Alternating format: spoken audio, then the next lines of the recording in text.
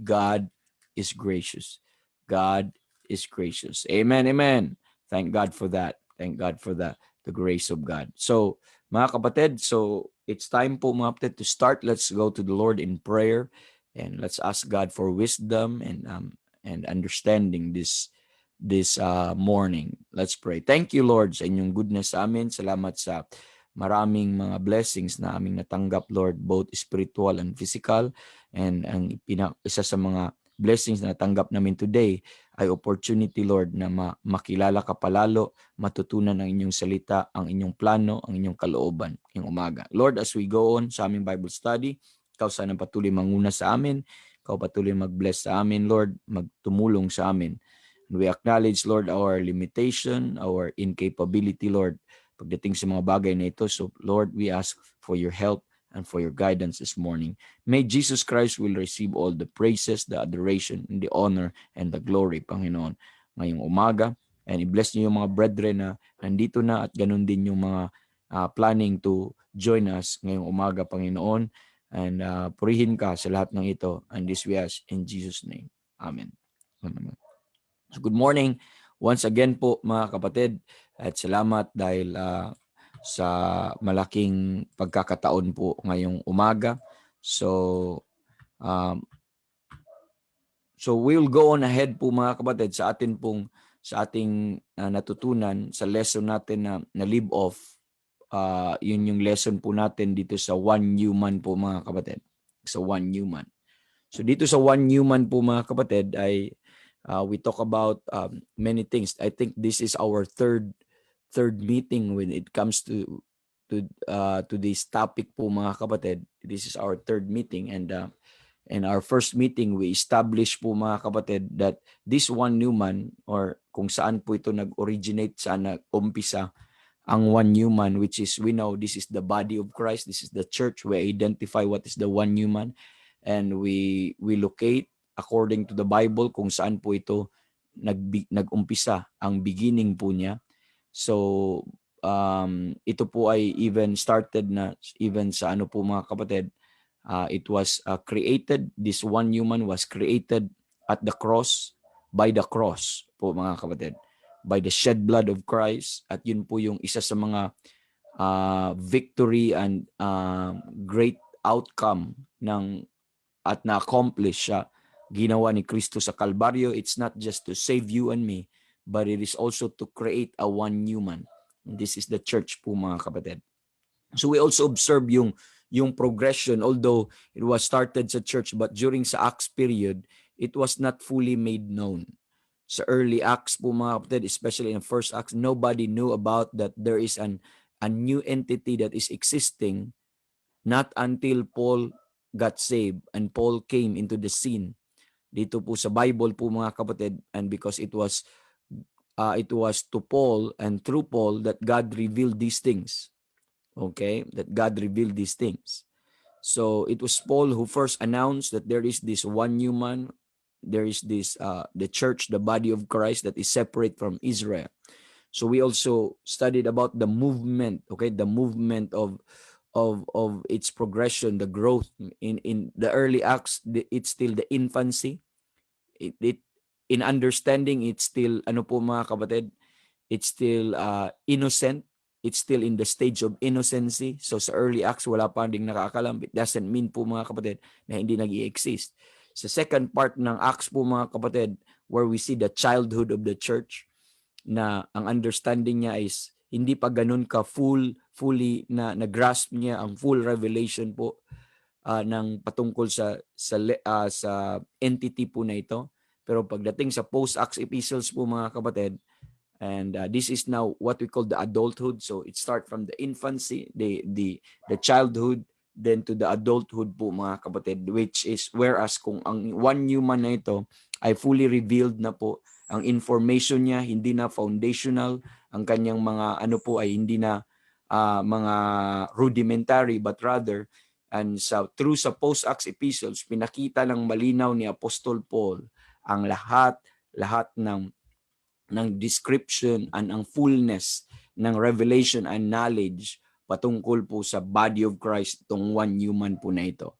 So last time po mga kapatid, we begin to look at the description kung ano ang ibig sabihin or kung ano itong one human na ito at ano ang purpose ng Panginoon sa one human na ito.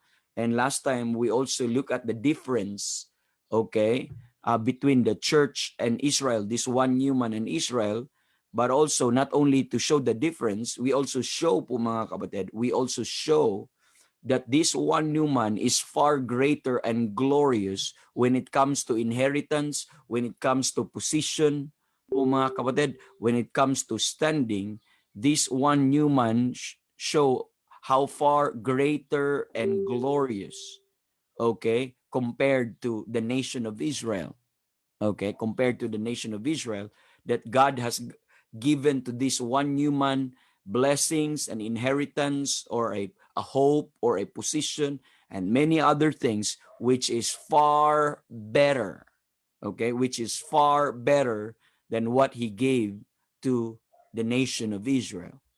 So we studied on those things po mga kapatid. We started last time about that, and that it is my continual prayer po mga kapatid. It is my continual prayer this morning that as we dig up, as we go deeper po mga kapatid in these and in the truth of this one human, and as we see the difference, the vast difference, it is my continual prayer that we will continue to rejoice in the many advantages and the many blessings that we will discover and given to the member of the body of Christ, amen, which God now calls the one human. So I hope we just like doon sa book of Psalm that they rejoice as a man findeth spoil. I rejoice at thy word. Sabi ng Bible, I rejoice at thy word as a man findeth spoil. So I hope we will rejoice at the word of God, at the knowledge, at the understanding of what we are going to uncover concerning the one new man. Okay?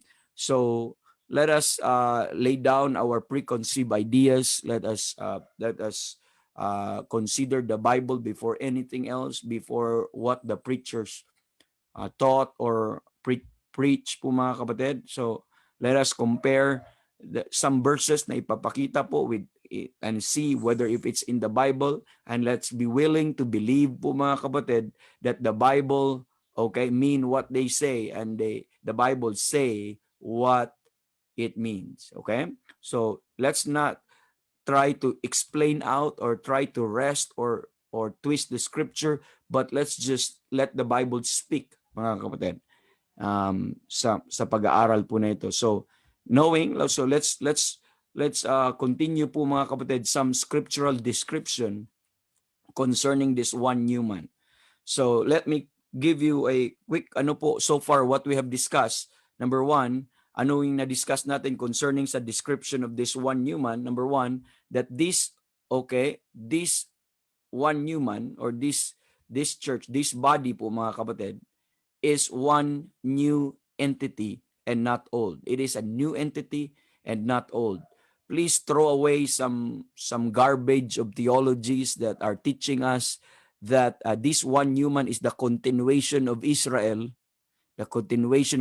or is the one who replaced Israel, and it was just added to Israel. It's wrong po mga kapatid, but this is entirely a one human. It was entirely a one human created by God at the cross and by the cross. Amen. The Bible says in Ephesians 2:15, having abolished in his flesh the enmity, even the law of commandments contained in ordinances, for to make in himself of twain one new man. So this was not old. This is God made twain. Amen. That the twain, one. So making peace, being reconciled and having peace by the blood of his cross. Amen. And we are reconciled God reconciled into one body by the cross. So that's where the place where this one human was created. So it's not true, it's wrong to say that it's a continuation of the old Israel. No, this is not a continuation of the Gentiles. This is neither a continuation of Israel, but this is a one human as the result of the all-sufficient work of Christ, his death, burial, and resurrection, this one human had been created, mga kapatid. Okay?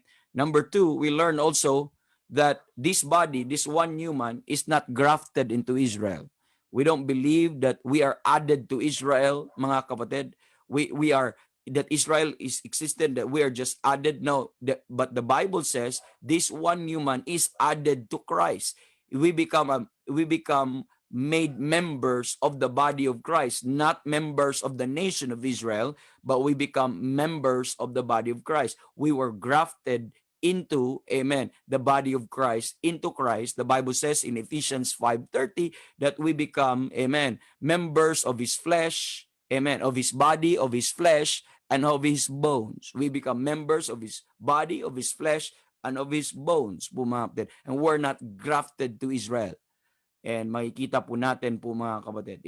And if you think that it's in Romans 11 that we're grafted to Israel, you take it also wrongly. You understand it wrongly, but we are added to Christ po, mga kapatid. And Israel was cut off and we are added to Christ. That's the reality po, mga kapatid.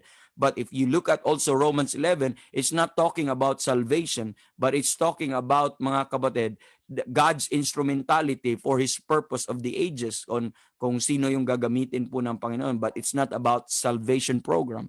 And we have to take note on that. We don't have to go back on that po, mga kapatid. Another thing that we learn in this topic, number 3, that it has an inheritance, okay?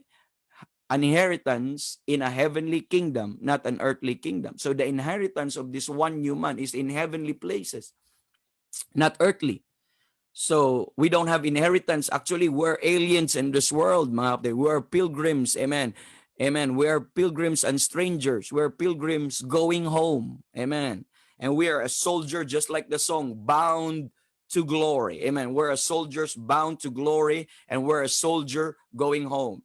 We're strangers. We're just ambassadors in this place. We're no longer citizens in this place. And our real country and our real home and our real lot, our real inheritance, our real portion is in heavenly places. So the earthly kingdom was promised to Israel po, mga kapatid, and it was offered to Israel, and those who are allied and those who are to partake or to bless Israel po, mga kapatid. But this one human that we're talking about po, mga kapatid, is given a better inheritance in a better kingdom. Okay? We're given in a better inheritance in a better kingdom, and our inheritance, this inheritance of this one human po, mga kapatid, is in the kingdom of his dear son. It is in the kingdom of his dear son. And Paul called it in 2 Timothy 4:18, the Lord will preserve me in his heavenly kingdom. And the kingdom of his dear son po, mga kapatid, is where where Christ is now seated at the right hand of the Father. Remember, and if you are saved this morning, the Bible says you are already translated into the kingdom of his dear son. Amen. Not only made you meet to be partakers of the inheritance, but you are also translated. Your inheritance is in heaven, and you are also translated into that place, and that is the kingdom of his dear son. Even the Bible says that for our conversation is in heaven, from whence we look for the Savior. And even the Bible says in ano po, mga kapatid, in Ephesians 2:6, that we are raised up and made us sit together in heavenly places. So right now, and you may not understand it, you may not fathom it because it's too deep, it is too great for us to ano po, mga kapatid, to contemplate, but it is true. It is a spiritual reality po, mga kapatid, as what the Bible says, that you are already seated where Christ seated at the right hand of the Father po, mga kapatid. So you may not have much explanation, but you have to take the word of God by faith and believe what the Bible says about it po, mga kapatid. So we are already seated together as citizens of the kingdom of his dear son. So that's right where our inheritance is. We're not looking for becoming having a portion of cities and lot and all of this dito sa millennium po, mga kapatid. But because yes, we will rule and reign with Christ in the millennium, but not in earthly one, because God promised it to Israel, but we will rule and reign with Christ in heavenly places. Remember, the kingdom of God po mga kapatid has two spheres. There's an earthly kingdom and there's the heavenly kingdom, and we are promised that, amen, that heavenly kingdom, and we will rule and reign with Christ there in the heavenly places. So next mga kapatid, number 4, not only that, but its salvation, okay, does not provoke Israel to jealousy. So the salvation of this one new man is not to provoke Israel to jealousy.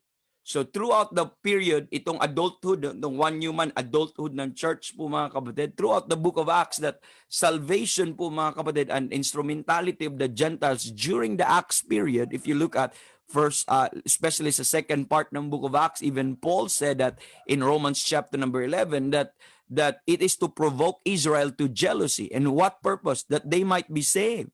That they might emulate the Gentiles, na sila din ay magnanais na maligtas po mga kapatid. But given the full revelation of the mystery po mga kapatid, and the teaching of the one new man is in fullness po mga kapatid, our salvation po mga kapatid is no longer to provoke Israel that they might be saved, but with the one new man, with this adulthood, in this post-Acts period po mga kapatid, after when God is done dealing with Israel, after He suspended po mga kapatid and declared Israel in blindness and being cut off po mga kapatid of the promise of God in our time and age at this moment, but God will resume that in the tribulation period. But at this church age, sa panahon po natin po mga kapatid, there is no bearing or no effect whatsoever upon Israel in any way. And hindi tayo nagsusoul winning at nagwi-witness para i-provoke ang Israel na maligtas din sila. No, we're not doing that. But God made or created the one new man, amen, by His grace in Christ, and these are not to provoke Israel to jealousy, but the purpose of God in saving people right now in our time and age solely by the motive of grace, that in the ages to come, that God will show, mga kapatid, the exceeding riches of His grace in His kindness to usward, amen, through Christ Jesus. Amen. So not to provoke anybody to be saved, but we need to be saved because we need to be saved. Amen. Amen. We need to be saved because we're condemned, we're lost, we're hellbound. And God is now offering reconciliation. God is now offering peace. God is now offering grace. Amen. To sinners. Amen. To His enemies. God is now offering amnesty. Amen. A peaceful resolution to His enemies. And you need to be reconciled. That's why our cry, our preaching, this dispensation is, be ye reconciled to God. Amen. We pray thee, amen, in Christ's stead, be ye reconciled to God, because God is now offering reconciliation to all. Not just for Israel, but for all. Amen. Praise God. Number 5, we also learn po mga kapatid that the one new man's doctrine is a mystery, not prophecy. Its doctrine is a mystery, not prophecy. And let's be careful po mga kapatid. It's so important to understand this so that you will know po mga kapatid on what are the things that you should know also. So Israel's doctrine is based upon the Old Testament scriptures, prophecy. They were spoken by the mouths of the prophets since the world began. And everything about the plan of God in Israel po mga kapatid and for Israel had been prophesied, even His plan for the tribulation and for the millennium mga kapatid. It's tapos na po mga kapatid. Nakaplano na yun lahat po mga kapatid. So it is prophetical when it comes to this doctrine. So, and Israel should watch prophecies. Amen. Because ang prophecies are for the future po mga kapatid. Sa atin po mga kapatid, you could learn about prophecies and all of that. Walang problema po nun. Pero mga kapatid, know this. Amen. You will not be there in the tribulation and you will not be there, amen, sa future ng lupa na ito, because one day, when the Lord will come in glory, And the Bible says, then we which are alive and remain unto the coming of the Lord shall be caught up with them in the clouds to meet the Lord in the air, and so shall we ever be with the Lord. Amen. And we'll not be going to this, not even day 1 or day 2.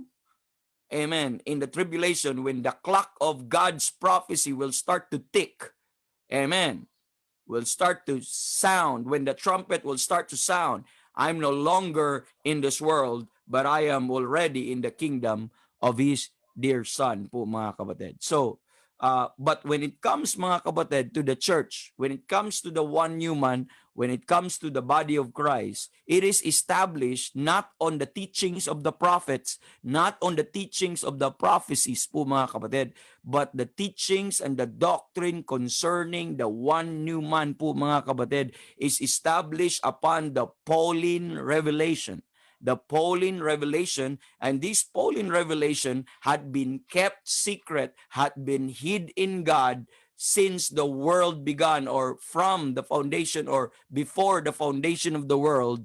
Ang kanyang plans ay nakatago po mga kapatid. And even in the Old Testament time, even in the time of the Gospels, in the earthly ministry of Christ, even in the early Acts, not until Paul came, this sacred plan and purpose of God for this one new man had been kept secret, had been so hidden, no eyes have seen, amen, no ears have heard, no heart have perceived and understood po mga kapatid. This had been kept secret since the world began, amen, that which none of the princes knew. Amen. Had they known it, they would not have crucified the Lord of glory. And God told us what is His intention, what is His reason, why He kept it so hidden, so kept it so secret, because had they known it, they would not have crucified the Lord of glory. Kasi pwedeng maantala ng kaaway ang plano ng Panginoon, because this plan po mga kapatid is powered, amen, by the cross and by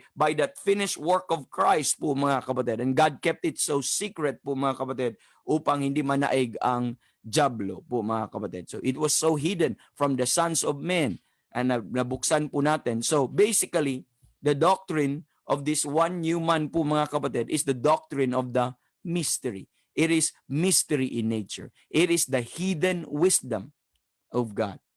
It is God spake His wisdom in a mystery, even the hidden wisdom, mga kapatid. So, you have to understand that itong mga subjects ng patungkol sa church, itong mga doctrines and teachings patungkol sa church, sa body of Christ, mga kapatid, was unknown. Ngayon lang nalalaman po ito. Ngayon lang nung binigay niya kay Paul, and Paul is now the one nagiging stewards ng mysteries po na ito po mga kapatid. At siya po yung inutusan ng Panginoon, kinomission ng Panginoon to make all men see what is the fellowship of the mystery, which had been hid in God from the beginning, but we are told now to make all men see. And even to the intent now, unto the principalities and powers in heavenly places, might be known by the church the manifold wisdom of God. So God's intention now to make it known not only to all men, but also even to principalities and powers in heavenly places. So it's no longer a secret. It is no longer po mga kapatid na tinatago ng Panginoon, but God wanted it to be manifested and to be known. Amen. And that's the doctrine of the mystery. And that's supposedly the doctrines that your church had been teaching. Amen. Marami na ngayon, mga kapatid. And I tell you something, a little comment lang po mga kapatid. Little comment lang po. So, I know I have spent, nasa review pa rin tayo, no? Nasa number 5. Review pa rin po yun mga kapatid. Now, dahil po sa mga pandemic na ito, dahil po sa mga dilubyo na naranasan po natin at 2020, ang mga tao, even pastors and preachers, they become mystical, they become fascinated, and of course, because ang contribution dun, because of the ignorance doon po sa plano ng Panginoon sa body of Christ, and they tend to mix the church and Israel po mga kapatid. Kaya nauso na ngayon yung mga prophetic seminar, nauso na ngayon yung mga prophetic na mga teachings about sa gano'n. Wala tayong problema po mga kapatid. We have subject po doon, yung refuting mga eschatological heresies, and I asked Brother Evangelist Bobby to teach about that. Well, no problem po. Pero yung mga prophetic teachings and seminars or conferences na ginagawa nila ngayon ay nanghuhula na sila. Signed na to sa kanyang coming. Tingnan mo yun, may mga wars na, may mga killings na, may mga pandemic na, may mga COVID na. So ibig sabihin, darating na ang Panginoon anytime, malapit na. Mga kapatid, let me say this. I know and I believe also, amen, that the rapture is nearing. But one thing I could not be sure is kung kailan at kung papaano po mga kapatid. And I could never know. I have no ano po mga kapatid. I have no capacity to know. You know why? Because mga kapatid, there is not a slightest sign kung kailan po ito. Amen. Kung kailan po ito. And kung pagdating sa mga bagay na yan, hindi po ako pwedeng mag-join sa mga taong nanghuhula ng pre-predict kung kailan babalik ang Panginoon. Amen. I'll just live in a thought that anytime the Lord will come. I'll just prepare myself. I just prepare our family, our church. And the mindset is looking on that blessed hope, the glorious appearing of that great God. But you don't look for earthquakes. You don't look for the wind. You don't look for, mga kapatid, to find a sign of His coming. Because all of those things are given for the nation of Israel. And all of those things are not a sign for the rapture, but they're all a sign for what? For the second coming. And hanggat meron po, nandito tayo sa panahon po natin, hanggat hindi nawawala ang church, hanggat nandito pa at hindi pa nara-rapture ang church, and I believe this with all of our heart, there will be no sign. Mag-umpisa ang sign po mga kapatid pag mawala na ang church, kasi ang sign na ito para sa second coming. At ang mga signs ng second coming lamang po mga kapatid ay mag-uumpisa when the Lord will took away the church. Amen? Then that's the start ng tribulation, and God would provide a series of signs that the Lord's coming is at hand, to the point that it's even 7 years. It's at hand po mga kapatid. Makikita na po nila yung mga ganon. So we have to understand that way po mga kapatid. When it comes to the church, the body of Christ, it is established on the Pauline doctrine, and never that Paul predicted and tell us that ganito po.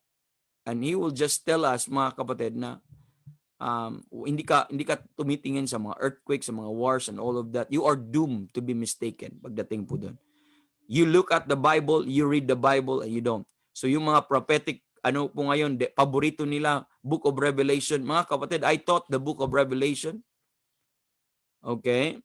And may mga subjects there, may mga lessons sa Book of Revelation, but I'll tell you this straightly. Maybe we will have that because this is rightly dividing. We will address that issue later on. You could not find the body of Christ from chapter 1 all the way to chapter 22 in the Book of Revelation. And I'll say that po mga kapatid.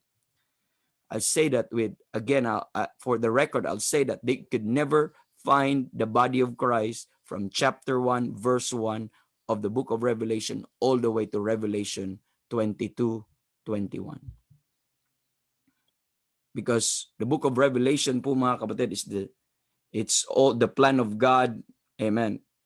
Sa mga bagay na ito, not for makikita po natin para wala po, hindi po natin pwedeng isawsaw doon. Kaya meron pong specific na teaching at doctrine po patungkol sa body of Christ.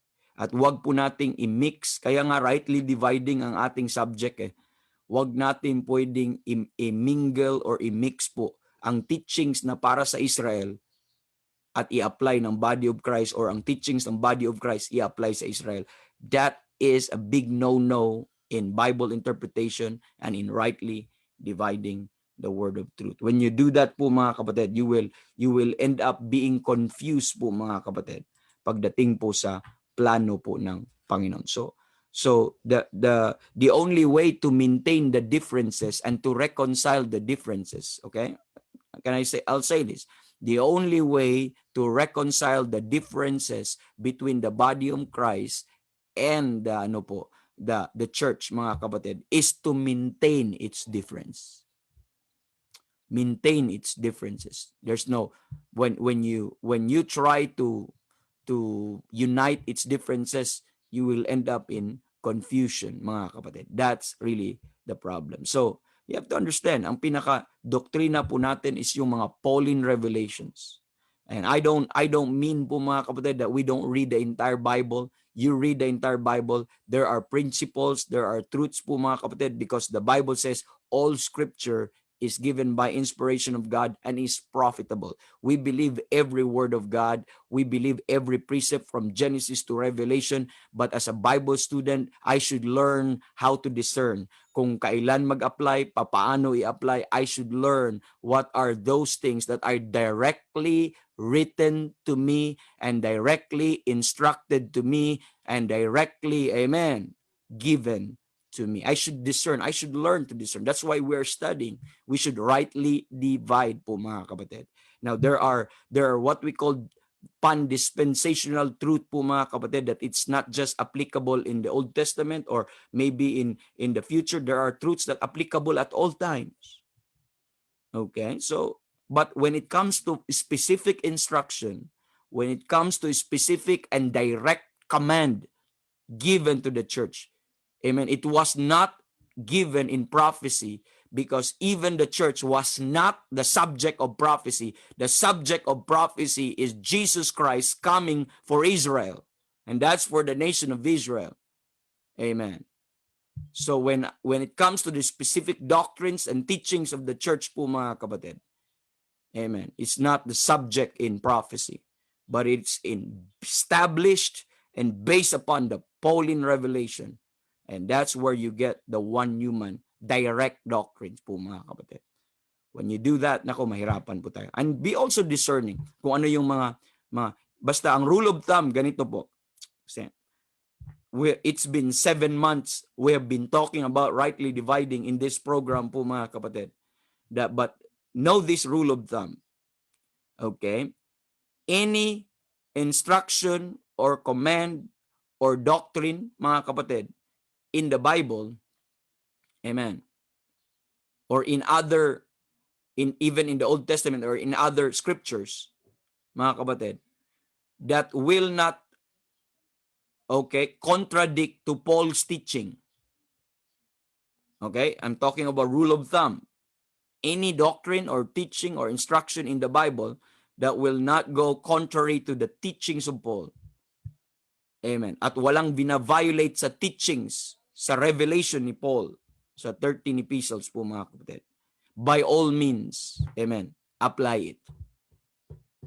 Pero pag once na kukontra po, mga kapatid, the opposite, kasi of course we know po, mga kapatid, wala namang contradictions ang Bible. Alam niyo kung bakit nagka-contradiction ang Bible? Kasi yung magkakaiba, unite natin. Pero kung i-maintain natin ang difference, hindi yun contradiction, magkaiba talaga yun. Okay? So, hindi mo pwedeng i-force ang issue na ang white at saka ang black gawin mong parehas. Hindi. I-maintain mo para magkaroon. The only way to have harmony in the scripture is to maintain its differences. Do you think that there is harmony in the scripture by uniting them and combining them together? No, that is chaos po, mga kapatid.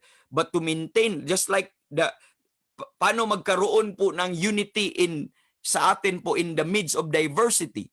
How could we have unity in diversity? By maintaining its diversity po, mga kapatid. And understanding its role, its differences. That's where we could have that unity, real unity po, mga kapatid. The same true with the Word of God. You'd like harmony of the Word of God? Maintain its differences. Maintain to where God give it. Maintain to what God said about that subject. The Bible says, if a man hath my word, let him speak my word faithfully. What is the chaff to the wheat, saith the Lord? You will not unite the chaff and the wheat, but you should point out and discern rightly. Amen. The chaff is a chaff and the wheat is the wheat. You have to be faithful that the chaff is chaff and wheat is wheat. Amen. That's the only way po, mga kapatid.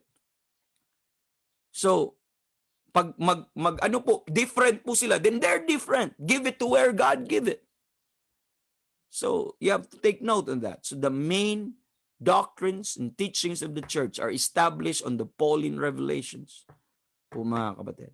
These are direct. Wala ka nang, hindi mo na kailangan to i-question. Hindi mo na kailangan i-ano po mga kapatid. Kaya nga may rightly dividing. Alam niyo kung bakit kailangan mo i-rightly divide? Kasi you might wrongly apply. Amen. Due sa ating ignorance, due sa ating innocency, pagdating po sa mga doktrina, we might wrongly apply po mga kapatid. So magkakaroon tayo ng problema. So, kung wala pong, kung Israel lang lahat, hindi mo kailangan mag-rightly divide. Kasi parehas lang yun eh. Para lang yun sa kanila eh. Nung pumasok ang one human, there is now necessity to rightly divide. Kung pumasok po yung church po mga kapatid, when the church enter into the scene, then there's a need to rightly divide. Because you might, amen, mingle or misapply the promises of Israel to the church and the promises of the church to Israel. So yun ang magiging problem. So you see very basic, when it comes to the doctrines of Israel, it is well established by the prophetic scriptures, by yung mga men of God na sa Israel, mga prophets, everything po mga kapatid, they're all founded and they're all spoken, they're openly revealed. Pero when it comes to church po mga kapatid, it was not revealed in the Old Testament, even in the Gospel, even in the early Acts, not until Paul came. And these are the doctrines of the church that are entirely new. That was hid from God in the beginning, and they are now revealed, and God wants it to be known now sa lahat. So ang operation na ngayon ay hindi na yung mga doktrina muna sa Israel kasi it was temporarily set aside po mga kapatid. But when God is now fully dealing with the church, ang doctrine na magmamatter ngayon is ano yung doktrina ng church. So when it comes to the doctrines of prophecy, so wag ka munang mag-engage doon sa ang Antichrist ay ganito ang gagawin ng Antichrist. Ganito, mga kapatid, marami ka pang hindi mo naintindihan sa doktrina ng church. I'm not saying you don't learn those things. We have some subjects about those things. But if you miss first the doctrine, could you imagine you are spending your time, focusing your resources, spending all your efforts in a period where you will not be there. But why don't you spend kung anong kalooban ng Panginoon sa panahon po natin? And when you fully understand that, then try to learn for information, for knowledge sake, anong mangyayari sa future and all of that po mga kapatid. So just don't miss po mga kapatid. Kaya nga bibigyan nila ng description ng Antichrist, bibigyan nila lahat ng, so we're not against, again, disclaimer, we're not against those things po mga kapatid. Kaya lang, what we're against is na-mix niya, na-confuse siya kung ano ba dapat yung priority niyang doktrina. Okay, kaya na-end up tayong trivial sa mga bagay na yun. But there are so many treasures and riches in the Pauline revelations that we miss po mga kapatid. And those are the things that we ought to know. Yan nangyayari as if we are anticipating to see the Antichrist, as if we're anticipating to be in the tribulation period. Yun ang nangyayari. Na hindi ka naman taga ron. Amen. Sabi mo, hala. Sabi ng isang pastor, mga prophetic, mayroon din sa Cebu na ang subject niya mga kapatid, puro prophecy. That was 20 years ago po mga kapatid, and 30 years na nagpipreach about prophecy. Sikat pa rin yan sa Cebu, sa Bohol, sa Mindanao. Hindi masyado dito sa Luzon, pero sa Cebu, ay sa Visayas, sa Mindanao po mga kapatid, ay sikat po siya. Ang kanyang subject, forte, alam mo kung bakit? Ay ano? Yung prophecy. Na ito mangyayari, ganito lahat. Now, sometimes ang problema po sa kanyang prophecy, in-insert nila ang ilang church sa tribulation period, ay sa book of Revelation. Yun naman ang problema doon. Kaya mali na kaagad po mga kapatid. Pangalawa, they are always fond of looking at sign. Yung Y2K pa lang, na daming na-trap. Remember, naalala mo yung Y2K? Meron kami mga brethren sa church dito sa People for His Name. Umalis sila sa kanilang church po mga kapatid dati dahil ang pastor nila nagpe-prepare, magsuot sila ng puti at aantayin darating ang Panginoon sa year 2000. So, pagka anticipate nila yung New Year, yung Y2K. So, nung nalaman nila na ganun ang doktrina po mga kapatid, na umalis na po sila. Marami na biktima at mabibiktima lamang po if you are not founded in the Pauline revelation, in Pauline doctrine, but if you're always closely watching prophecies, which is maraming problema. So, maraming ganan, sa Cebu, ito sabi doon sa Cebu na teacher na ito, that was nung lumabas po mga kapatid, kasi ang pag magturo ka, titingnan mo, ko, magwa-war na yan. Tingnan mo, malapit na mag-war kasi na-ignite na. So, anytime, mag-rapture na kasi ang kumasa ng US. So, ang dami ng mga wars and rumors of war na bumalik. Tapos, ang kanilang understanding, ang kanilang hula, nakabase doon sa nakikita nila. Kaya, they end up false prophets. So, nagpa-prophesy sila, 2018, darating ang Panginoon. Ngayon, hindi dumating nung 2018. Sabi nila, 2032 na naman, darating ang Panginoon. So, pinatasan. Pagdating ng 2032 po mga kapatid, mali na naman sila. Tapos sabi na, ay mali pala, move pala. So, puro na lang attempt ng ganun po mga kapatid. Because one thing they don't understand, they are entertaining something that the church has nothing to do with. Are you listening? You are watching the clock of Israel and not the clock of the church po mga kapatid. Ang church, mystery po siyang pumasok, mystery din po siyang mawawala. Mga kapatid. Na dahil po sa ganyan, watching na ganito nangyayari. So malapit na ang tribulation. Kasi tingnan mo, ito po, illustration lang po ito mga kapatid. The same may nagsilabasan na ng mga sinyales. Ano yung mga sinyales na ito? So, signs of the times. Because Matthew 24. Can I tell you something? Sa nakikinig ngayon sa Bible study, wala po ang church sa Matthew 24. For goodness sake. Ang Matthew 24 ay nasa tribulation na po yun. At bago mangyari ang tribulation, ang church ay mawala na po. Kaya wala po ang church sa Matthew 24. So, please, magkakamali ka talaga kung hindi mo kung ma-confuse, hindi mo ma-identify, hindi mo ma-rightly discern kung ano ang Israel at ano ang church. Naku po, talagang laking kaguluhan.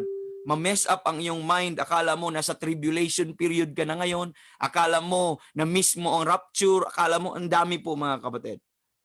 So, isa sa mga example, classic example po mga kapatid doon sa, ito real to, na pakinggan po namin to kasi paulit-ulit lang naman yun every year Lalo na pag mga highlighted years like 2000, year 2000, yung 2010, 2020. Ako po, ang dami pong nagpipredict ng mga ganun. Sabi nila, nung lumabas po yung sardinas, alam nyo, paborito nyo ba ang sardinas? May Señorita Sardines, ano ba yung mga sardines na Pero I don't know kung, alam nyo to, yung lumabas yung 555 sardines. Sabi ng teacher na yon, tingnan nyo, malapit na ang Panginoon. Kasi may sardinas na ngayon na bago. Ang tawag ng sardinas ay 555 sardines.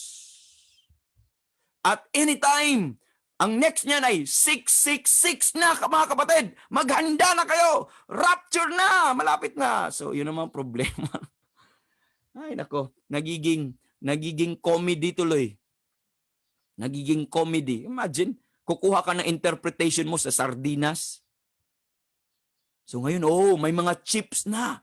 Nagsilabasan. Huwag kayong magpa-vaccine kasi chip yan ilalagay. So, mga kapatid, do not look at any signs but look at the Pauline revelation. Read it. Enjoy it po mga kapatid because you'll surely be mistaken. So, nagiging caricatures na ang supposedly hindi ganun po mga kapatid.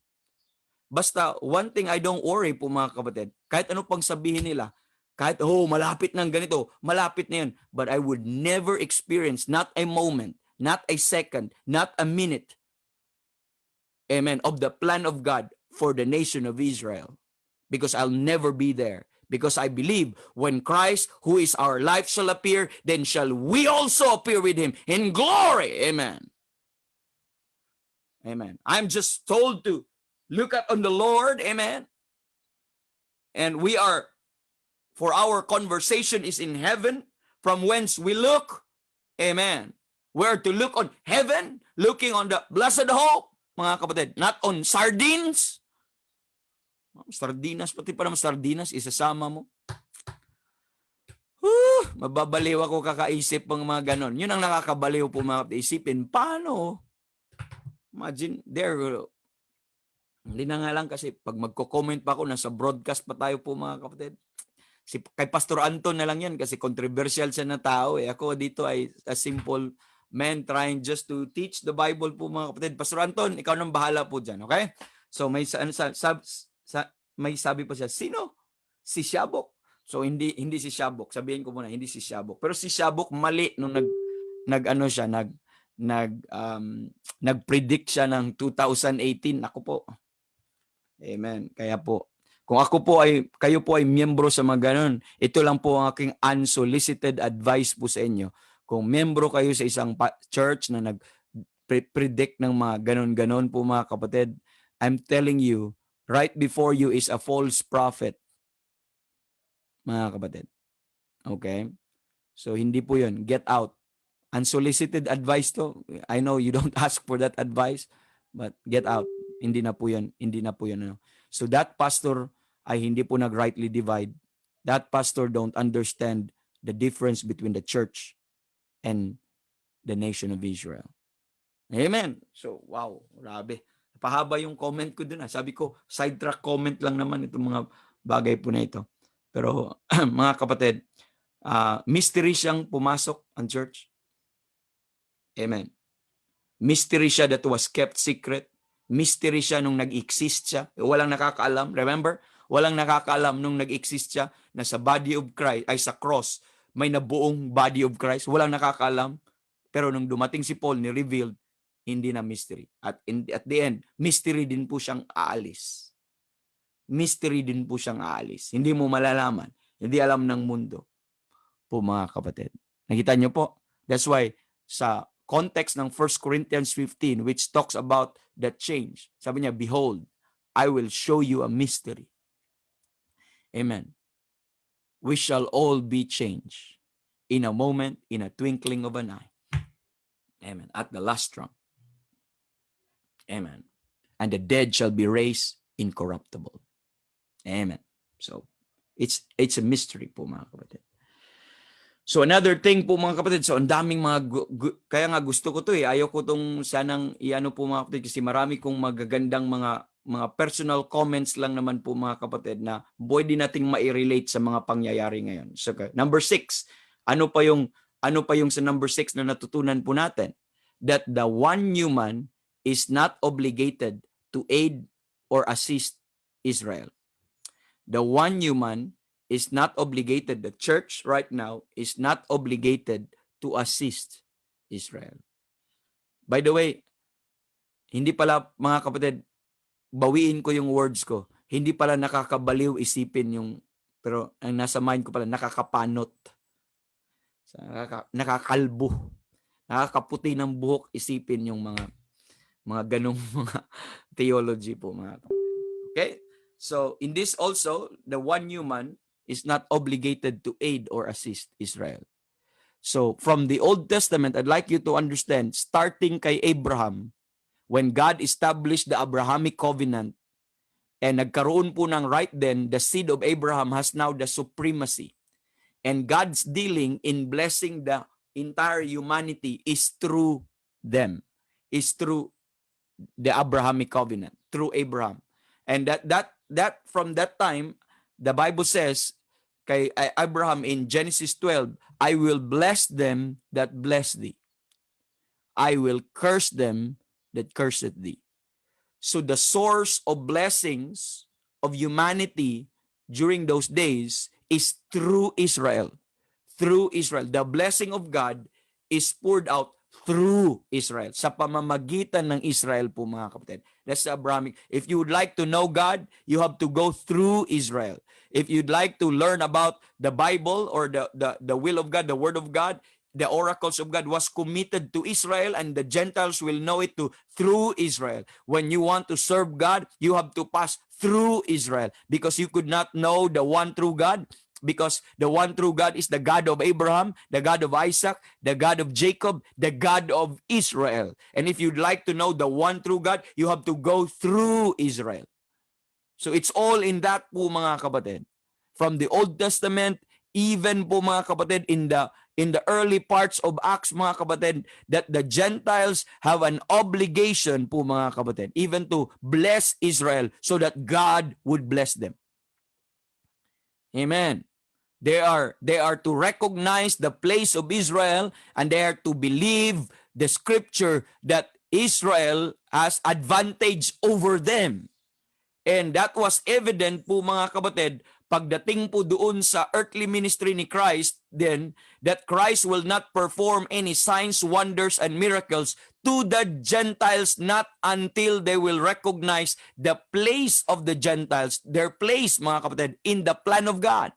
That in the plan of God, they have to bless Israel so that God would bless them, so that they have to be good to Israel, so that God will have a dealings with them po, mga kapatid. And that's always been the program. At in this time and age, sa church age, it's no longer that, mga kapatid. You don't have to assist Israel so that you could receive a blessing from God po, mga kapatid, so that God would bless you or deal with you po, mga kapatid. But rather, all the blessing comes from the gospel, comes from the Lord Jesus Christ, and is nothing to do with helping Israel or praying for Israel that God would bless you. And by the way po, mga kapatid, and I'm not teaching that you should hate Israel. I'm not teaching that you should not pray for Israel. You should be good, because you should acknowledge that Israel is once God's people po, mga kapatid, and still is God's people, and that one day God will resume His plan for them, and you ought to pray for them. But you don't expect that God would exercise the same manner kung pag-bless niya sa Old Testament, or even doon sa earthly ministry of Christ, that when you do such thing to Israel, that God would bless you and you will claim the Abrahamic covenant. Lord, you said, i-bless mo ako pag i-bless kong Israel. That's no longer applied po, mga kapatid, because that's why we are in this new dispensation po, mga kapatid, and we need, amen, we need, mga kapatid, to understand the plan of God now. That's why we rightly divide. It's very important po, mga kapatid, to understand that.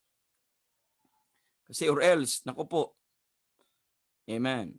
The Philippines should not be an enemy to Israel, just like the US is not, they're not an enemy to Israel. They've ever been the friend of Israel.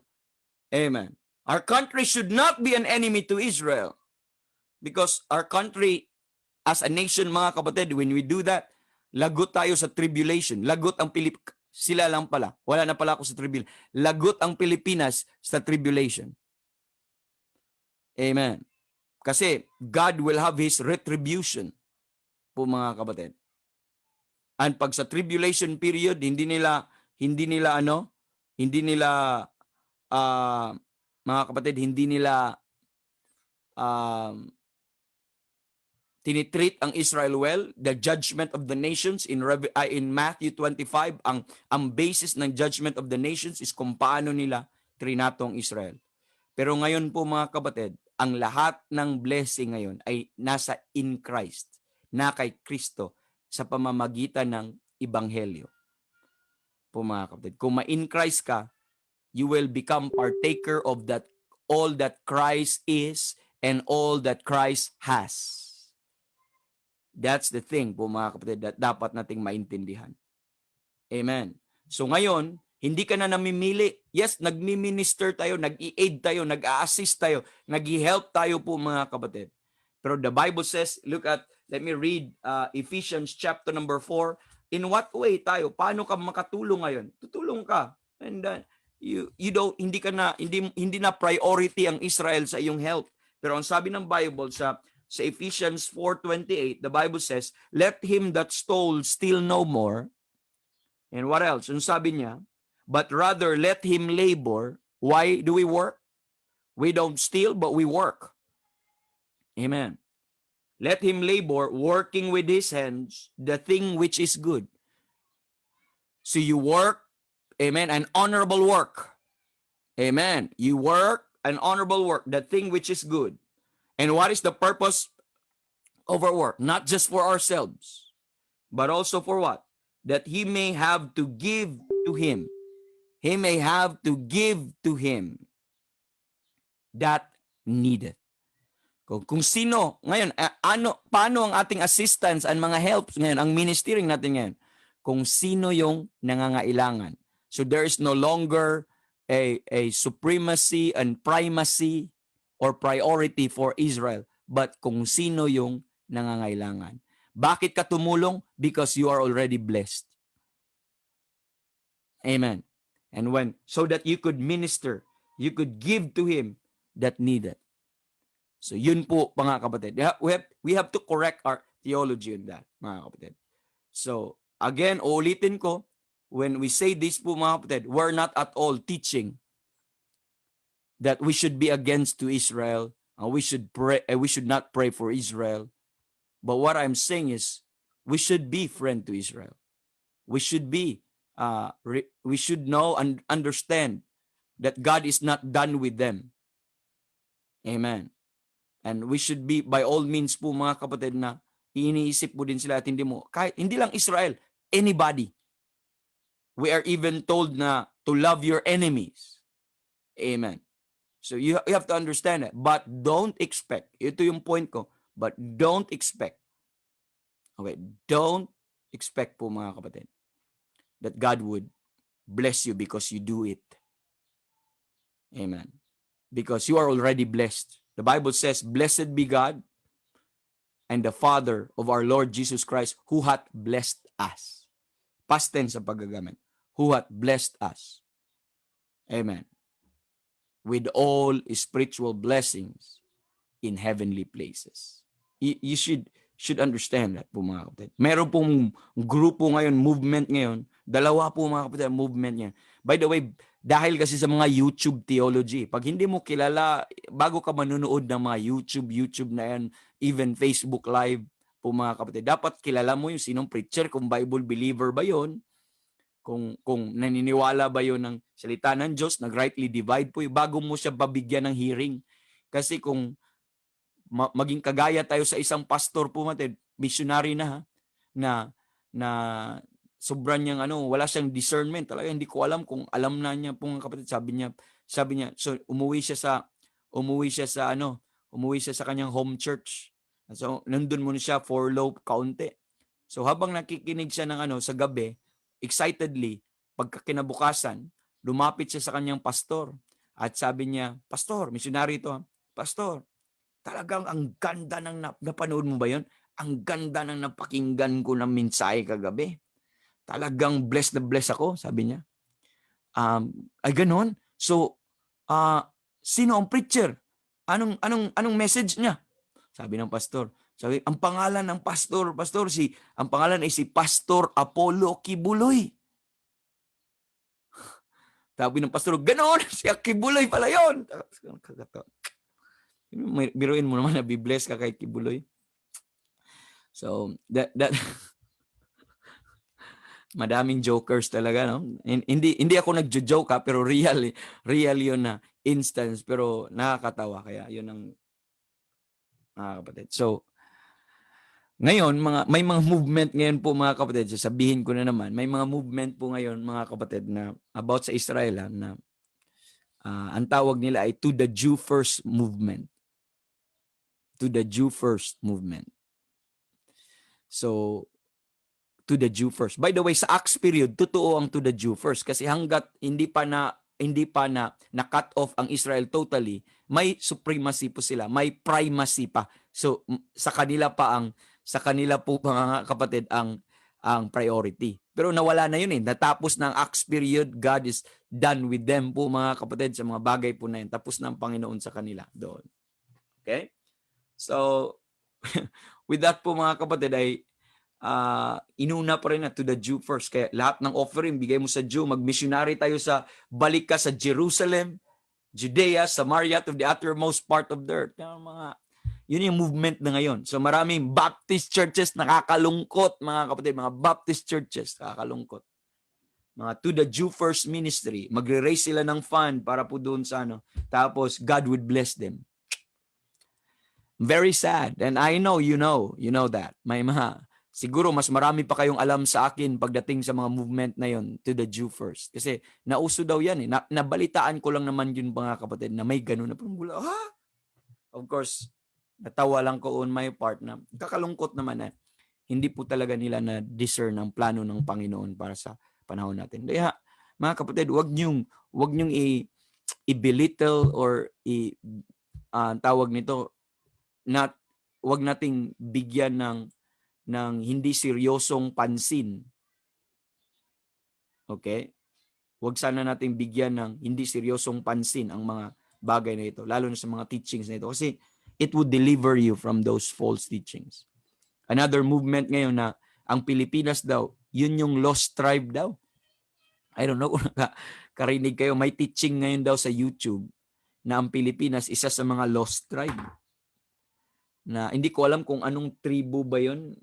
Basta tayo daw ay tribo ni, sino ba yung sa anak ni, I forget po mga kapatid kung sino yung sasabi na isa sa mga tribo. One time, may pastor sa Cebu po mga kapatid. By the way, isa daw tayo sa mga tribo ha, na wala, kaya Pilipino. So, tayo daw yung promised land. At nandito daw. So, Manase ata, tribe ni Manase ata tayo. Kasama, hindi ko lang alam kung tama yun. Not sure kung sino yun. But yun yung mga movement ngayon. So, misunderstanding the body of Christ and the church. And sabi naman ng defense one time, it was a long time ago, he was preaching about rightly dividing. He was preaching about rightly dividing. So basic po mga kapatid na to the point that he illustrate this way. Sabi niya, kayo, gusto niyo mga Hudyo, kasi sa Cebuano, ang paggagamit ng Hudyo ay Hudiyo. Kayo, gusto niyo magiging Hudiyo. Sabi niya, ilong niyo nga pa lang. Nagsasabi na hindi ka Hudiyo. Sabi niya, ilong pa daw natin, hindi na tayo Hudyo. Kasi pango tayo eh. Ang mga Hudyo, malalaking ilong yun eh. One time, nung sa World War II, mga kapatid, or prior pa sa World War II, nung nagkaroon po ng propaganda si Hitler, naglabas siya ng caricature na bawal ang dogs.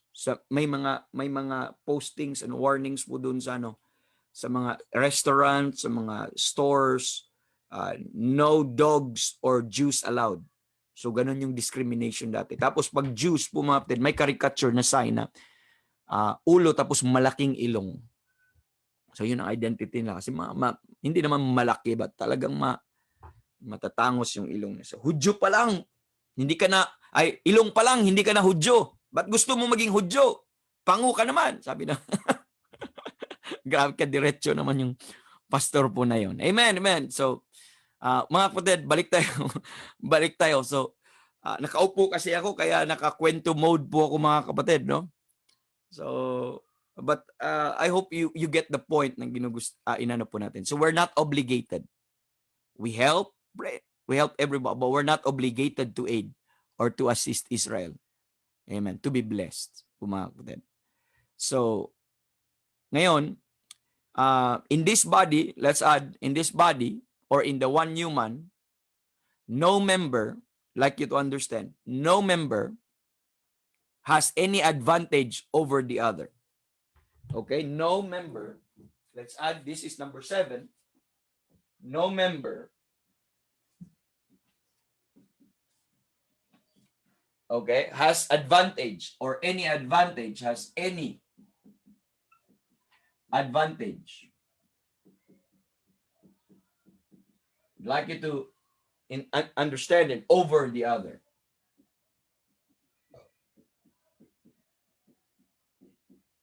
Amen. So that's the thing that we need to understand, realize po mga kapatid. No member has any advantage over the other. So there used to be a time, we have to understand that there used to be a time that, mga kapatid, that the nation of Israel has advantage. It has advantage.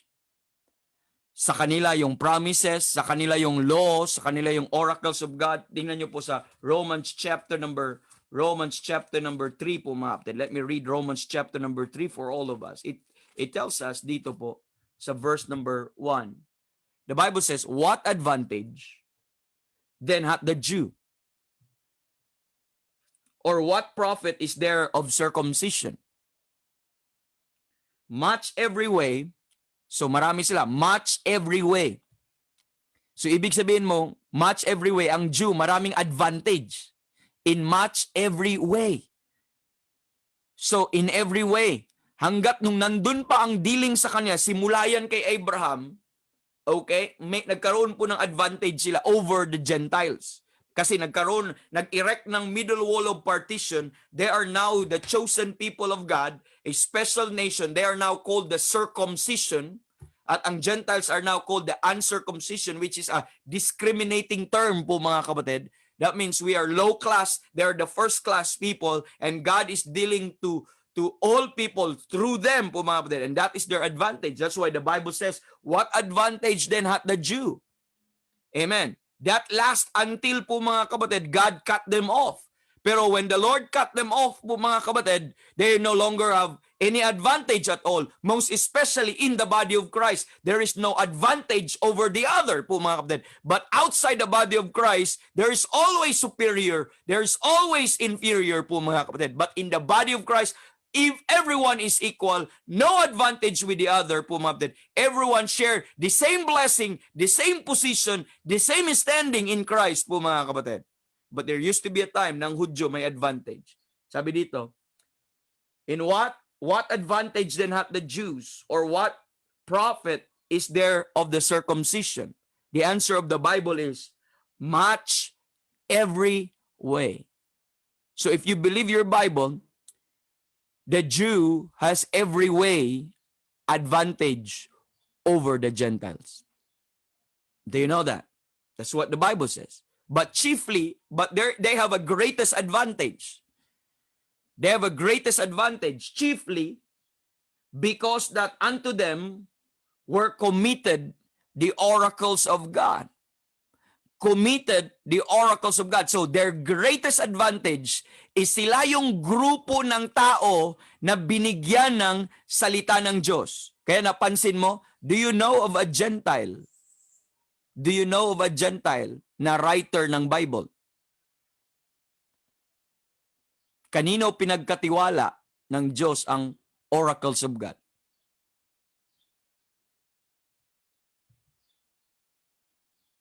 Sa Israel. That's their greatest advantage over the Gentiles. Nung binigay ng Panginoon ang batas, the Mosaic Law is God's, okay, that is God's bilateral covenant, okay, between Him and Israel. That's the Mosaic Law. It was not given for the Gentiles because the Gentiles have not the law. We have not the law. The law was given sa kanila. But ang law natin sa conscience and written in our hearts. Pero ang law nila ay talagang nakasulat sa papel po mga kapatid. At malinaw sa kanila. So yun yung advantage nila. So what I'm pointing is, there used to be a time before our time and age na ang Jew talaga ay supreme above. Ano pang advantages nila? Look at Romans 9. Look at Romans 9. The Bible says in Romans chapter number 9, let me read verse number 3. Paul said, "For I could wish that myself were accursed from Christ for my brethren, my kinsmen according to the flesh, who are Israelites." Okay, they are Israelites. Anong meron sa kanila? To whom pertaineth the adoption? Kanino ang mga adoption? Adoption, the glory, the covenants, the giving of the law. So kanino binigay ang law? Kanila. Ang covenants, kanila. Kaya sabi doon, when we were Gentiles, mga kapatid, mamaya punta natin, and the service of God. So, nakakita ka ba ng Gentile na pare? Nakakita ka ba ng Gentile na pastor sa Acts period? Sa early Acts, most especially, wala. Kasi ang services ng Panginoon, Paano mo mag-serve ang Panginoon? Hindi sila pwedeng mag-prophet na, makita ka na bang Gentile na prophet? Wala. Lahat po kasi ang services, binuhos ng Panginoon sa kanila. So you want to serve God, sa ilalim ka, magpasakop ka, sa bansang Israel, yun yung placement kasi may advantage sila po mga kapatid. Sila yung pinagkatiwalaan ng mga bagay na ito. Pagdating sa mga earthly things, national things, ang nation of Israel is above all people. They're peculiar people. They're holy nation. They're above all people, above all nations. That's Israel. They're God's firstborn. Po mga kapatid, you have to understand that. So that's time past. Po mga kapatid. That's before. Sa kanila yung services of God, sa kanila yung promises. Nasa kanila ang mga promises. Kaya ang Gentiles walang promise. Kasi ang promises nasa Israel. Ang promise na para sa Gentiles dadaan sa Israel. May promise na maligtas ang Gentiles pero sa pamamaraan ng Israel. So what else? Whose are the fathers? Ano pa? And whom concerning the flesh Christ came. Even the Savior was a Jew. Concerning in the flesh Christ came. He was the seed of Abraham. Amen. God chose Christ, their Messiah, as the seed of Abraham. So everything about that. So you don't say, oh, pantay-pantay lang. No, you are not reading your Bible. You don't believe your Bible. I'm not saying that God will not be dealing with other people, but you have to follow God's order. This is God's order. That here's Israel, and Israel is above all people, and here's the nations, the Gentiles, they have to be under Israel if they would like to enjoy the blessings of God, enjoy the dealings of God, enjoy the favor of God. They should not bypass Israel because God appointed and chosen the nation of Israel with that regard. Po mga kapatid. That's their advantage. Tayo mga Gentiles, we know po mga kapatid, in Ephesians chapter number 2, the Bible says, ating mga Gentiles in Ephesians chapter number 2, in verse number 11, wherefore remember that ye being in time past, Gentiles in the flesh, who are called uncircumcision by that which is called the circumcision in the flesh made by hands. At that time po mga kapatid, that ye were without Christ, being aliens, amen, being aliens from the commonwealth of Israel and strangers from the covenants of promise. We're strangers from the covenants of promise, but mga kapatid, having no hope and without God in the world. That's who we were. But those are in times past. But not now, verse 13. But now in Christ Jesus. But now, that made the difference.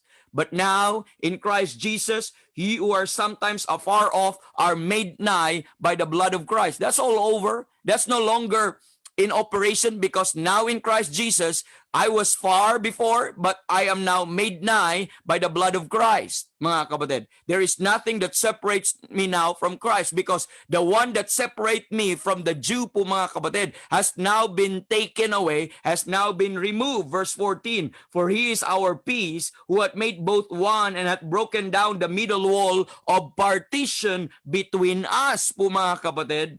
So, the middle wall of who is favorable and who's not favorable had been removed. Amen. The middle wall between who has the promise and who don't have the promise had been removed. The middle wall between the people of God and not the people of God has now been removed po mga kapatid. That partition had been removed, having abolished in his flesh. He abolished, he removed the enmity, even the law of commandments contained in ordinances, for to make in himself of twain one new man. There is no longer advantage that twain, the one that separates, is now one new man. Amen. So making peace, that he might reconcile both. Amen.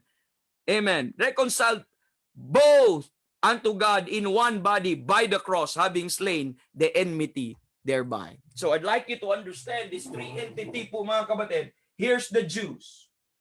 Okay? Here's the Jews or Israel. The Jews, the Gentiles. And here's the Gentiles. They're above Israel po mga kapatid. So these are the two entities na dapat po nating maintindihan that they're not the same, they're always different po mga kapatid, and there is no reconciliation in between po mga kapatid. They will always have that middle wall of partition. But because of the cross, because of the finished work, because of the blood of Christ, amen, it produces a new entity. And this is now the new man. This is now the new man, or what we call the one new man, or the one body. That God is now offering peace, and God could now reconcile both Israel and the Gentiles in one body. The Gentiles was not added to Israel, nor Israel is not added to the Gentiles, but their reconciliation can only happen when an Israelite or a Jew be saved and be baptized into the body of Christ, and when the Gentiles be saved and be baptized into the body of Christ. And in this one new man, there is peace. In this one new man, there is no middle wall of partition. In this one new man, there is reconciliation. In this one new man, there is no enmity. But they are all one in Christ, and Christ is all and in all po mga kapatid, in this one new man. So there is no longer advantage of Israel when a Jew will be saved po mga kapatid, and he will be added into this one new man, he will lose his identity. He is no longer that above all other or any member here. When the Gentiles will be baptized into this one body, he will lose also of that identity, and everyone will start to put on the identity of Christ and not theirs. Kaya pagpasok ng isang Israelites na na-save, maging members sa body of Christ, he's no longer considered as Israel. And the Gentiles, papasok dito, he's no longer considered as a Gentile. But in this one new man, mga kapatid, in that one new man, they're all one in Christ, and that Christ is all and in all. And we need to realize that, understand that in this time now, these were in time past. This is the dealing of God in times past. That Israel is above the Gentiles, but now in Christ Jesus. But now po mga kapatid, that's no longer the case. Now they are all one in Christ. There is no more advantage, mga kapatid. Kaya sabi po ng Bible po mga kapatid, in that one new man po mga kapatid, makikita po natin mayroon ng both access, equal access. Look at Ephesians 2, verse number po mga kapatid, 17. And came and preached peace to you, which were afar off, and to them which were nigh. For through him we both have access by one Spirit unto the Father. They have now equal access. They are now co-partakers. Amen. Look at chapter number 3. I'd like you to look at chapter number 3. The Bible says that the Gentiles should be fellow heirs. They are now fellow heirs. There is no more advantage over the others. They are now fellow heirs. Amen. What else? They are now of the same body. No longer Israel and Gentiles, but they are now of the same body. In verse 6. And of the same body, not only they are fellow heirs, but they are of the same body. They are both partakers of the same body. And what else po mga kapatid? And partakers of his promise. They are both partaker of his promise. So we are not enjoying the promises of God for Israel, but this one human has a different promises. Israel has his own promises, but when he is baptized, when he got saved, he's now not claiming the promises for Israel, but promises for the member of the body of Christ, as a member of that one new man po mga kapatid. Now, not only they're fellow heirs, itong dalawa dito sa one body, not only they are also po mga kapatid, they are also partakers. They are the same of the same body, fellow heirs and of the same body, and partakers of the promises. And these promises is not through Abraham. These promises is not through Israel po mga kapatid, but these promises is in the gospel.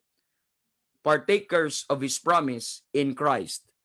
by the gospel.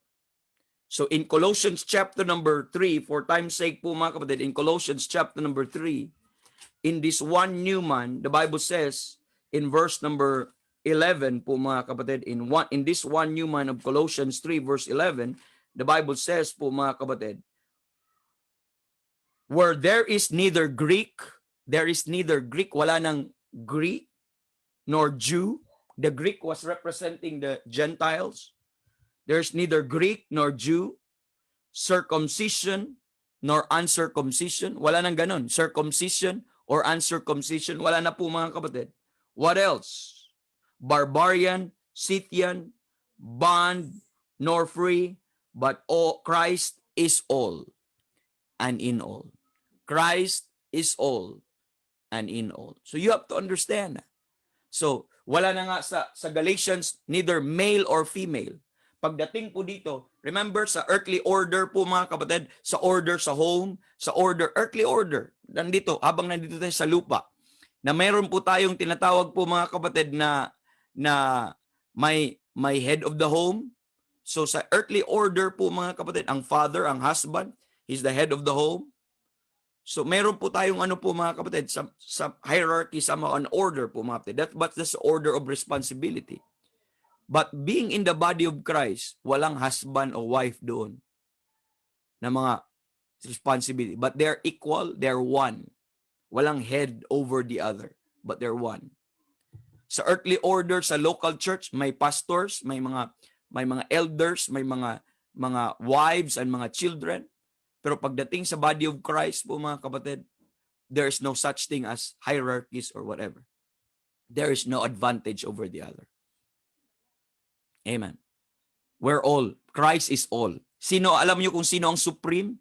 Alam niyo po kung sino ang may supremacy? Si Kristo. Kaya when the Bible says, mga kapatid, sabi niya, as many of you, this is Galatians 3:27, as many of you have been baptized into Christ. Sabi nun, have put on Christ. When you are baptized into Christ, have put on Christ. There is neither Jew nor Gentiles. So, ganun na po. When you are baptized into Christ, you have put on Christ. So, you are no longer a Gentile or an Israelite. When you are baptized into Christ po mga kapatid, you have put on Christ. Who is now your identity? It is Christ. That's why He is all po mga kapatid na makikita po natin. So, that's very important to take note po mga kapatid sa mga bagay nito. So, in this one new man, no member has any advantage. Whether pastor ka po mga kapatid, you have no advantage over any single member, saved person in the local church pagdating sa body of Christ. God gave you responsibility. God gave you a gift. God gave you a certain measure that the local church needed it. But in the body of Christ po mga kapatid, you have no advantage with the other. You have no advantage with the carnal. We have no advantage with the children, spiritual children. Kahit ano pang state mo sa Christian life, in the body of Christ, we all receive the same, equal standing, equal footing, equal promises, equal position, equal hope, equal blessing, equal in everything po mga kapatid. This is the one new man that we're talking about po mga kapatid. Kaya hindi mo pwedeng parehasin na ang local church at saka ang body of Christ ay parehas. Although ang local church po is the visible manifestation of the body of Christ, pero meron pa ring differences po mga kapatid, because in the body of Christ and in the local church po mga kapatid ay meron po tayong tinatawag na mga earthly orders po mga kapatid, ordinances na sinusunod. But in the body of Christ, Christ is the head and we are all members of His flesh and of His bones. Mga kapatid, body of His flesh and of His bones. So wala na po. We are all equally seated together in heavenly places. So there is no more advantage one over the other. Wala na po. And praise God for that. Look at Galatians. Punta natin Galatians 6:15. Tingnan nyo po ang verdict ng Panginoon. Kanina, what advantage had the Jews? What profit? Kung ano ang meron ng mga Hudyo sa times past. Meron. They're above the Gentiles. Pero sa panahon po natin po mga kapatid, look at chapter 6 of Galatians. The Bible says in verse 15, For in Christ Jesus, Sabi dito, neither circumcision availeth anything, nor uncircumcision, but a new creature. So sino na? Saan na ang availability or ang profit or ang advantage? It's no longer in the circumcision. It is neither in the uncircumcision, but it is in the new creature.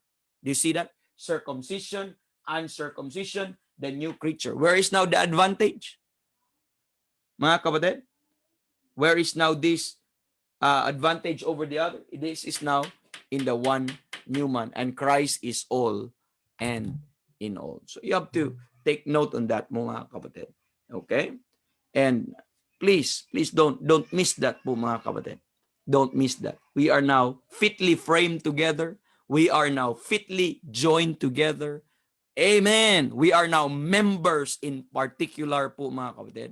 We are tempered together, and there is no more advantage one with the other. Glory, glory to God po, mga kapatid. We are now fellow citizens. We are now part of the same household of God po, mga kapatid, in lahat ng ito.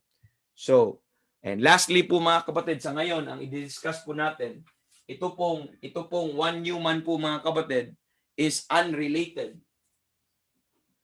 Unrelated to Israel, to Abraham and Israel. To Abraham and Israel. Please take note on this po, mga kapatid. Okay? This is why Paul said that he said in Ephesians 4:6 that the body of Christ has only one God and Father, and not touched of any Abrahamic claims, not touched of any Abrahamic earthly promises or Israel's promises po, mga kapatid, but solely, amen, we are related to Christ, we are related by Christ, and we are for Christ. Amen. Not Israel and not anything po, mga kapatid. There used to be a time that everything i-relate dito sa Israel. But that's done. That's over po, mga kapatid. In the one new man, we're all wholly related to the Lord Jesus Christ. If there is one thing that we are related to Abraham with, but it's not our blessings, it is not our inheritance, we are related to Abraham in the sense of faith. Pagdating sa faith, yung klase ng faith na faith without works po, mga kapatid. Doon po sa Genesis 15. Doon lang po, that's why he is called the father of faith. The father of the faithful. Because tayo yung na hindi natin kailangan ng circumcision para ma-save. Pero yun lang. Pero pagdating sa promises, pagdating sa mga inheritance and all spiritual blessings na enjoy po natin, kay Kristo po natin yun hinugot, hindi po kay Abraham, hindi din po sa nation of Israel. Hindi po natin kailangang dumaan din sa bansang Israel, kagaya ng pamamaraan in times past po, mga kapatid, na kailangan mong dadaan sa kanila para makakuha ka ng place sa blessing po, mga kapatid. But it's no longer. It's now all in the gospel. It's now all in Christ po, mga kapatid. We are now partakers of the promises of Christ by the gospel.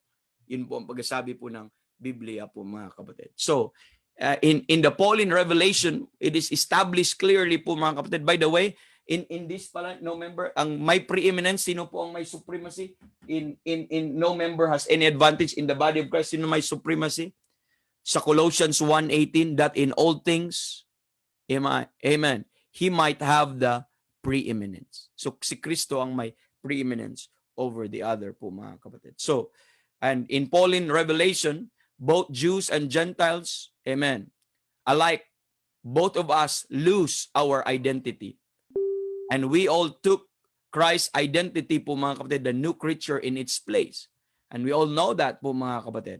We are now called the new creature. We are now called the one new man po, mga kapatid. So, Paul said that in the one new man po, mga kapatid, that there is neither Greek nor Jew, circumcision, but Christ is all and in all po, mga kapatid. So, in other words po, mga kapatid, Christ's identity is the one and only identity that the believers have.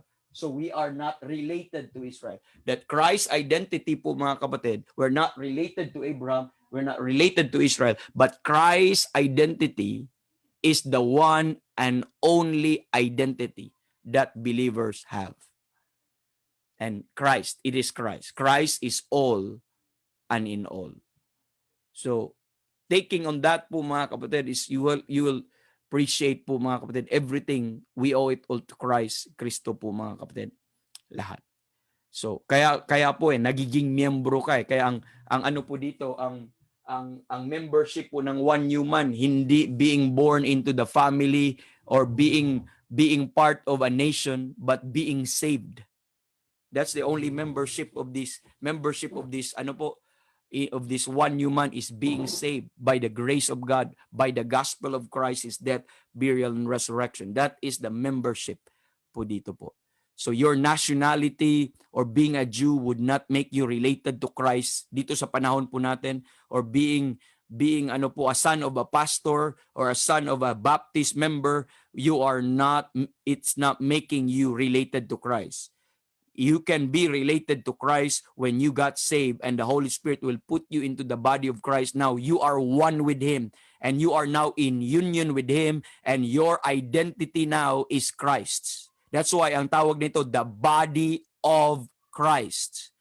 Amen. The body of Christ, the church, which is His body. So we are now in close union. We are now in organic union with Christ po mga kapatid. We have to understand that. So sino tayo? Sino makikita sa atin? Kanino tayo wholly related? Kay Kristo po mga kapatid. And that's even the Jews.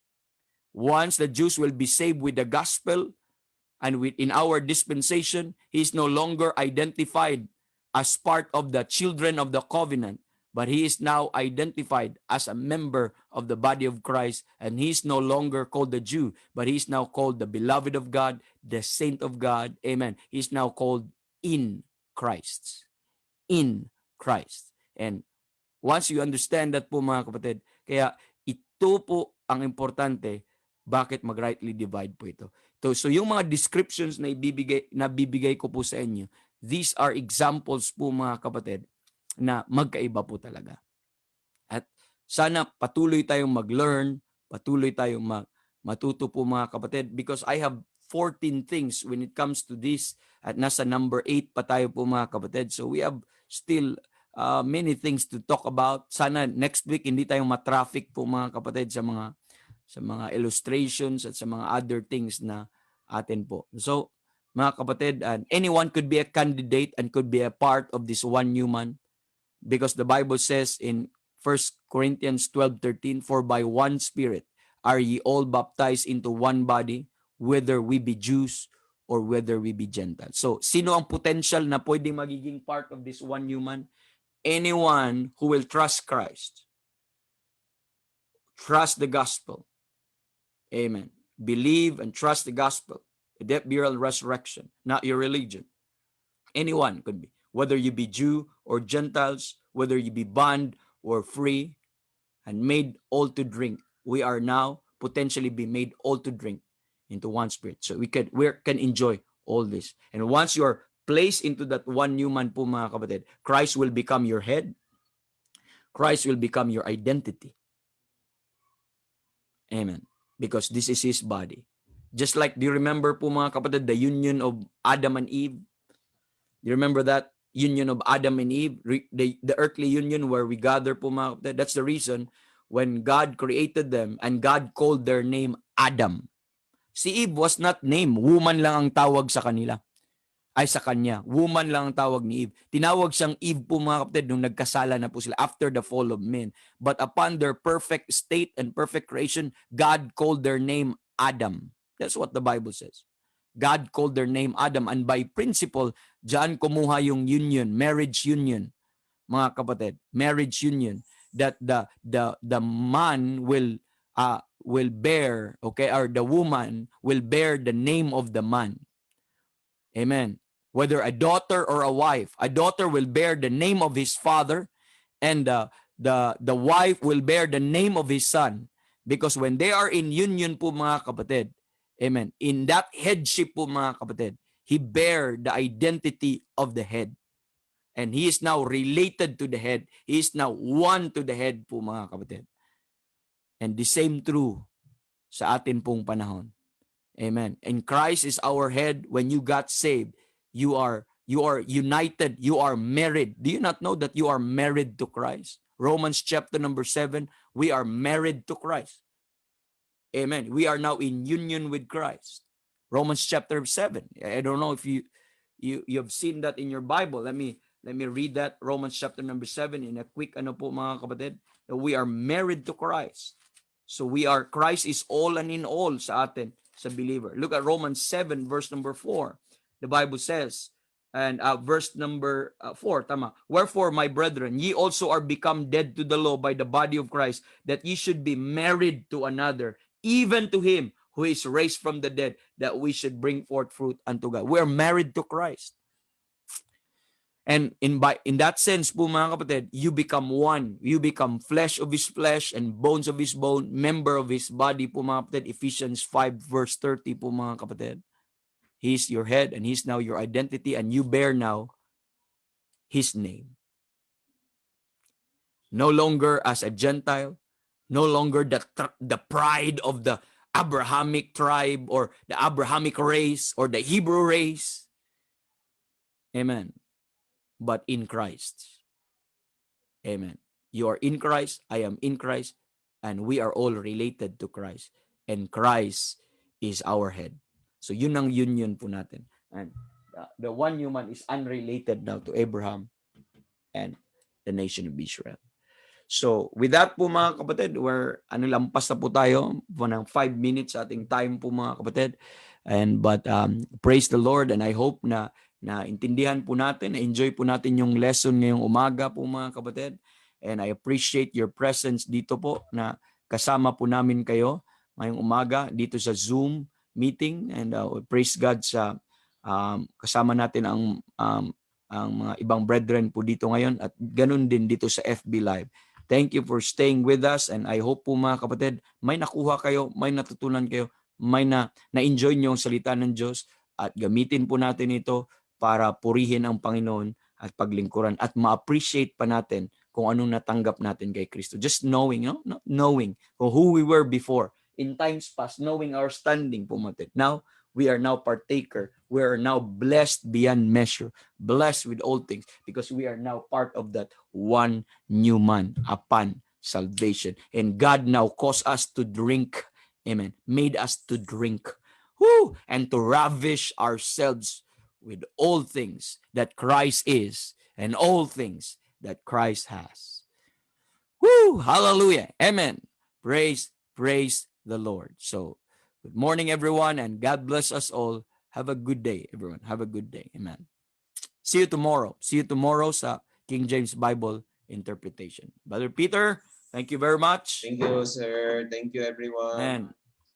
Amen. Amen.